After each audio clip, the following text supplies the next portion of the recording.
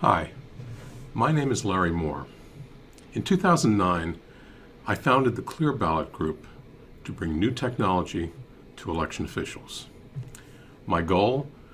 To help them show candidates in very close races, especially the loser and their supporters, evidence so convincing that by their own eyes they could see that a lengthy manual recount would not change the outcome, even when hundreds of thousands of ballots were cast. How long would this take? Less than an afternoon. Watch. When you watch a recount, you understand why election officials have the same prayer. Lord, let this not be a close election. What if there was a better way? Suppose in a close race, election officials had a way to show candidates and citizens compelling evidence of voter intent in a matter of minutes, even when hundreds of thousands of ballots were cast. This video will show how a close election can be resolved in a matter of minutes without a manual recount. Before diving into a close election, let's get oriented. To set the stage for what is to follow, let's start with this bag of marbles. Count them up, maybe count them twice. To make it easy, let's arrange them on a numbered grid so that we can see that the count is 9. Now let's pretend that the marbles are like hand-marked vote ovals for a candidate appearing on 9 ballots. The dark marbles are like filled ovals, and white marbles are like empty ovals. And now let's arrange those marbles so that the darkest ones representing votes are at the top and the empty ones representing non-votes are at the bottom. We can see with our own eyes that the candidate received 7 votes. In the state of Maryland, voters from Baltimore and Howard counties make up Legislative District 12. In 2018, 6 candidates in District 12 vied to fill 3 positions in the House of Delegates race. While the third place winning delegate was decisive, and there was no need for a recount, the margin, however, in Baltimore County, as officially reported, was just 1 vote.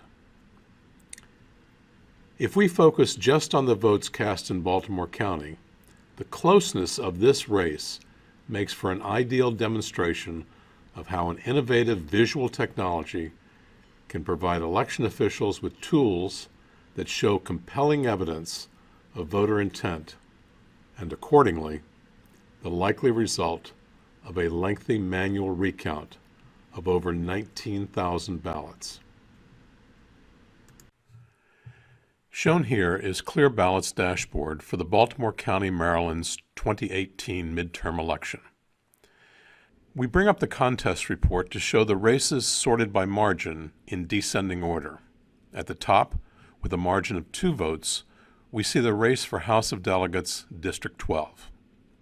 Clicking on the link in the first column brings up the statement of votes cast for that race. Here we see the 2 votes that separate candidate Harris from candidate Fellmark. If you recall earlier, the primary voting system reported only 1 vote separating the 2 candidates. The difference can be explained by how 2 independent tabulators decide on a marginal mark. Remember those marbles? To see the votes for the challenger, Jessica Fellmark, we click on the link for her 8,843 votes. This brings up the vote visualization report. Highlighted here are the 100 least confident votes for candidate Fellmark. Above these least confident vote ovals are thousands of vote ovals more fully filled in. Here are the 8 overvoted ballots where candidate Fellmark's oval was marked, but she did not receive a vote. That's because the system detected that the voter filled 4 or more ovals in a vote for 3 race. By hovering over each of the ovals from the overvoted race, we see the contest zone highlighted in yellow, allowing election officials to determine quickly if the voter's intent was accurately recorded. Although no votes counted in the first 6 overvoted ballots for this race, voter intent was clearly expressed. However, on the 7th oval, we see a ballot where the voter fully marked 3 selections, but not the 4th. This is called a hesitation mark, and it is left to the canvassing board to resolve the ambiguity. Here, we play the role of a canvassing board and lift the overvote, giving a vote to candidate Fellmark as well as 2 others. Now candidate Fellmark trails by 1 vote. On the 8th oval, the voter has clearly indicated that they have made a mistake. In most voter intent states, the canvassing board would rule candidate Fellmark and 2 other candidates would receive a vote. The race in Baltimore County is now tied. Next, we look at undervoted ballots where candidate Fellmark's oval was not filled in, and elsewhere there were 2 or less ovals marked. Specifically, we are looking for voter intent outside of the vote oval. To do this, instead of showing the oval, the full candidate zone is presented. We can sort for voter intent expressed outside of the vote oval. As we scroll down, we can see there are no indications of voter intent that would create additional votes for candidate Fellmark. The race remains tied. Now we return to the statement of votes cast to examine voter intent for candidate Melanie Harris. By clicking on the link of 8,845 votes for candidate Harris, we bring up the vote visualization that shows the collective voter intent for her candidacy. As before, we examine the 9 overvoted ballots looking for indications of voter intent that might result in additional votes for candidate Harris.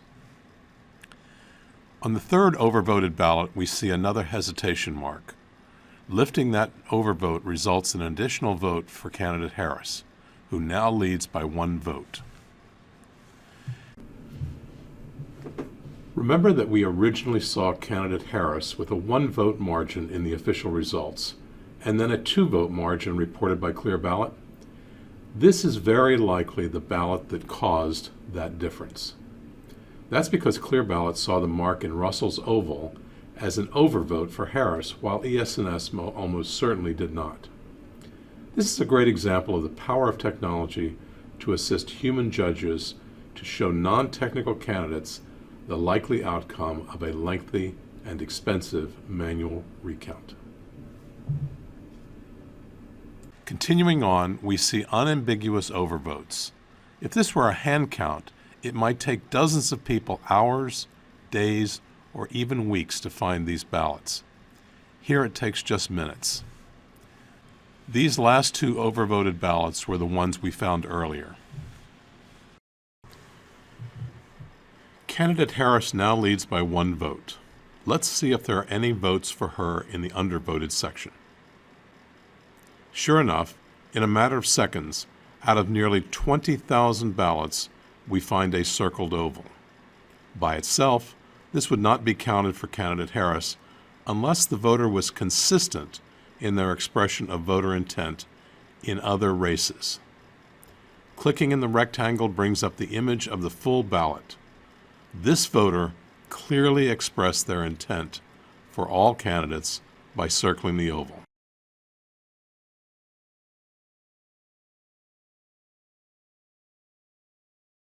Candidate Harris now leads by 2 votes. You know, the use of technology in elections has been controversial. Those strongly opposed argue that software has bugs and therefore a hand count of the ballots is what should decide the election. And those firmly in favor of technology cite speed, efficiency, and accuracy to support their position. But the truth is, elections do not just decide winners and losers. When there's trust, elections convey legitimacy to the winner. I believe technology should not decide an election. Instead, we can harness it to help election officials organize, catalog, and preserve paper ballots as ballot images. Once digitized, visual tools, as you've seen, can help human judges resolve ambiguities in voter intent quickly. And when their decisions are recorded for others to see and disseminated to the broadest possible audience, then building trust will become routine.